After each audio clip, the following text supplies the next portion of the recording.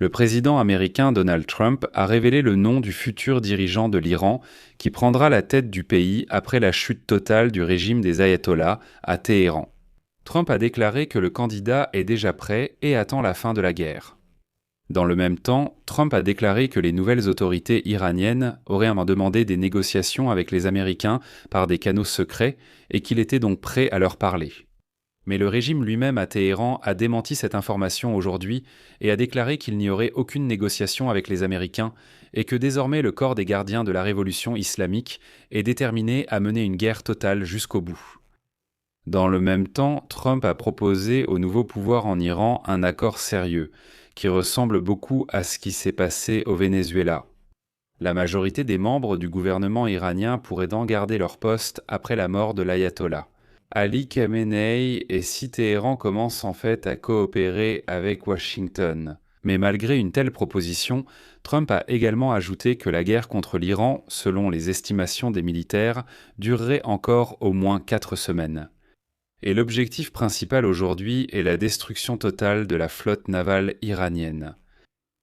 Je suis Alexei Petchy, discutons-en ensemble. Mais avant de commencer cet épisode, je vous demande de vous abonner à cette chaîne, de liker la vidéo et de laisser un commentaire sous cette vidéo afin que le plus grand nombre de spectateurs possible puissent voir cet épisode. De plus, je vous invite à vous abonner à ma chaîne Telegram Petchy News, le lien se trouve dans la description de cette vidéo.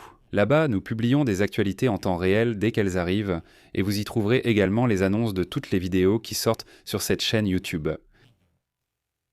Donc en Iran, après la mort du guide suprême Ayatollah Ali Khamenei, un conseil de direction provisoire composé de 3 personnes a été formé pour diriger le pays jusqu'à l'élection d'un nouveau guide suprême.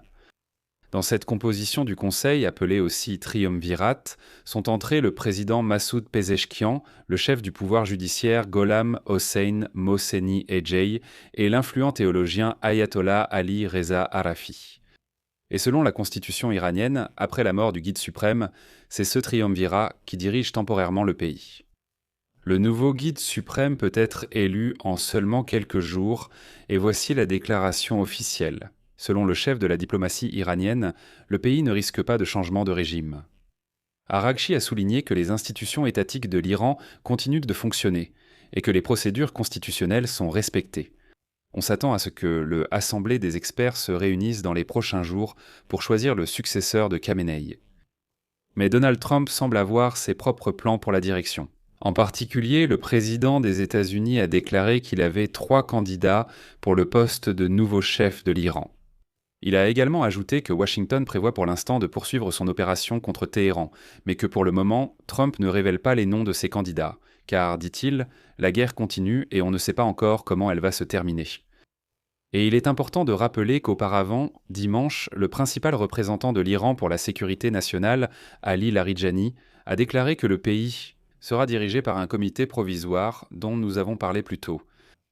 Lorsque Trump a été interrogé aujourd'hui sur les plans de transfert du pouvoir, il a souligné que les militaires locaux, y compris ce même corps des gardiens de la révolution islamique, pourraient le faire et qu'il vaudrait mieux qu'ils le fassent. Remettre leurs armes au peuple. En fait, déposer les armes et passer du côté des Iraniens. Mais ici, je propose de m'arrêter sur ce fameux triumvirat du pouvoir qui s'est formé aujourd'hui en Iran. Donald Trump leur a déjà proposé un accord intéressant. La plupart des membres du gouvernement iranien pourraient conserver leur poste et rester au pouvoir après la mort de l'ayatollah Ali Khamenei, si Téhéran commence à coopérer avec Washington. Selon Donald Trump, c'est l'un des scénarios qui répète ce qui s'est passé au Venezuela après la capture par les Américains du président du pays, Nicolás Maduro, et de son épouse. Et ici, je vais citer Trump. Ce que nous avons fait au Venezuela, je pense que c'est le scénario parfait. Parfait. Tout le monde a gardé son poste, sauf 2 personnes. Trump dit « Écoutez, les Iraniens, Khamenei n'est plus là, c'est tout. Réfléchissez au fait que peut-être vous devriez coopérer avec nous, et vous resterez tous au pouvoir. Personne ne le perdra plus jamais. Mais en ce moment, en Iran, ils vont quand même élire le successeur de Khamenei. Cela doit être fait par l'Assemblée des experts. C'est un conseil composé de 88 théologiens, ou, comme on les appelle, des ayatollahs. Le ministre des Affaires étrangères d'Iran, Abbas Rakchi, n'a pas exclu que le nouveau dirigeant du pays puisse être le deuxième. Le fils de l'ayatollah décédé, Majtaba Khamenei, âgé de 56 ans, c'est un religieux et bien sûr une personne de confiance de l'ancien guide suprême, ou alors Ali Reza Arafi, âgé de 67 ans. Ou il y a un autre candidat, c'est le petit-fils du fondateur de la République islamique, l'ayatollah Ruhollah Khomeini, Hassan Khomeini. Et donc si un nouveau guide suprême est finalement élu en Iran, alors l'accord de Trump sera en fait annulé. En même temps, Trump a déclaré que la nouvelle direction de l'Iran, formée après la mort de l'ayatollah Ali Khamenei, s'est déjà adressée à Washington pour demander la reprise des négociations. Je vais citer Trump ici. Ils veulent en discuter et j'ai accepté. Je vais leur parler. Ils auraient dû le faire plus tôt. Ils auraient dû proposer plus tôt quelque chose qui aurait été très pratique et facile à faire. Ils ont attendu trop longtemps. En parallèle, le président des États-Unis a indiqué que certains représentants iraniens impliqués récemment dans les contacts sont déjà morts suite à la frappe. Citation. Certains de ceux avec qui nous avons négocié sont déjà morts, car c'était une frappe importante. Ils auraient pu conclure un accord. Ils auraient dû le faire plus tôt. Et en commentant le possible développement des événements, Donald Trump a exprimé sa conviction dans l'inévitabilité d'un soulèvement populaire en Iran. Pour appuyer ses propos, il a évoqué la liesse dans les rues des villes iraniennes, ainsi que les célébrations des membres de la diaspora iranienne aux États-Unis après l'annonce de la mort d'Ali Khamenei. Interrogé sur un éventuel soutien de la Maison-Blanche aux manifestations via la poursuite des bombardements, Donald Trump a déclaré qu'il évaluerait la situation. Même des sources arabes et américaines du Wall Street Journal ont rapporté que Larijani, oui, ce même Larijani, aurait proposé, par l'intermédiaire de médiateurs omanais, aux États-Unis de revenir à la table des négociations sur le programme nucléaire iranien. Donald Trump a ensuite affirmé que la direction iranienne lui avait demandé de reprendre les négociations, ce qu'il a accepté. Et je rappelle ici que les dernières négociations avec les États-Unis sur le programme nucléaire ont eu lieu à Genève le 26 février, autrement dit en fait 2 jours avant le début de l'opération militaire contre Téhéran. Le chef de la diplomatie iranienne, Abbas Araghchi, avait alors assuré, à l'issue de la rencontre, que les parties avaient réalisé de bons progrès et avaient commencé à discuter concrètement des éléments du futur accord sur la question nucléaire. Pour ma part, dans mes émissions à l'époque, je disais déjà que non, ce n'était pas du tout le cas. Et l'envoyé spécial du président américain Steve Witkoff, ainsi que le gendre de Trump, Jared Kushner, étaient alors déçus des résultats de la rencontre avec la délégation iranienne. Et déjà à ce moment-là, tout indiquait que...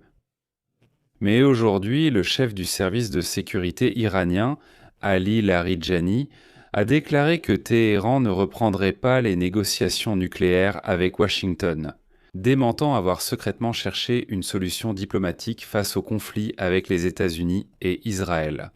Je vais maintenant traduire la citation de Larijani. « Nous ne négocierons pas avec les États-Unis. » Trump a plongé la région dans le chaos avec de faux espoirs et il s'inquiète maintenant des pertes supplémentaires parmi les militaires américains. Il a transformé le slogan « L'Amérique d'abord » en « Israël d'abord » et a sacrifié des soldats américains pour la quête de pouvoir d'Israël. Et avec un nouveau mensonge, il impose à nouveau le prix de son culte de la personnalité aux soldats américains et à leurs familles. Finalement, juste après cela, Donald Trump a déclaré que l'opération militaire de Washington en Iran pourrait se poursuivre pendant les 4 à 5 prochaines semaines. Selon lui, tout se passe comme prévu. Les États-Unis ont éliminé toute la direction de l'Iran et Trump a ajouté qu'apparemment, il s'agit de 48 personnes. De plus, le dirigeant américain a déclaré qu'il était ouvert à de nouvelles négociations avec l'Iran. Mais il n'a pas pu dire si elles auront lieu dans un avenir proche. Donald Trump a juré de venger la mort de 3 soldats américains, a lancé un nouvel ultimatum à Téhéran et a appelé les États-Unis à soutenir sa lutte pour la liberté. C'est d'ailleurs la 2e allocution à la nation de Donald Trump en 48 heures. On a appris que les États-Unis et Israël comptaient de frapper l'Iran une semaine plus tôt, mais la première attaque a été reportée pour raisons opérationnelles. Pour des raisons opérationnelles et de renseignement, c'est ce que rapporte Axios en citant des hauts responsables américains et israéliens. Il est indiqué que ce retard a donné au président américain Donald Trump une semaine supplémentaire pour choisir entre 2 voies parallèles, la diplomatie ou la guerre.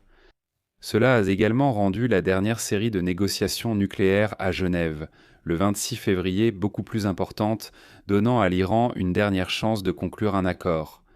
Après que le deuxième tour de négociation entre les États-Unis et l'Iran, le 17 février, se soit terminé sans progrès, les militaires américains et israéliens se préparaient déjà à lancer des frappes 4 jours plus tard, le 21 février. Cependant, il n'y a pas eu de frappe à ce moment-là, car les services de renseignement ont rapporté qu'il valait mieux attendre un peu, car il y aurait bientôt une opportunité d'éliminer Ali Khamenei, ce qui s'est effectivement produit. Je vais m'arrêter ici, à vous de donner votre avis. Écrivez vos conclusions dans les commentaires sous cette vidéo. Abonnez-vous à la chaîne, activez la cloche et n'oubliez pas de mettre un like. Les amis, si cet épisode vous a paru intéressant et utile, vous pouvez soutenir financièrement le travail de cette chaîne YouTube grâce à votre don ou en devenant membre, en utilisant les liens et les coordonnées dans la description de cette vidéo ou via le code QR affiché à l'écran. Je vous serai reconnaissant pour tout soutien de votre part. C'est tout pour aujourd'hui. Prenez soin de vous. Au revoir à tous, à suivre.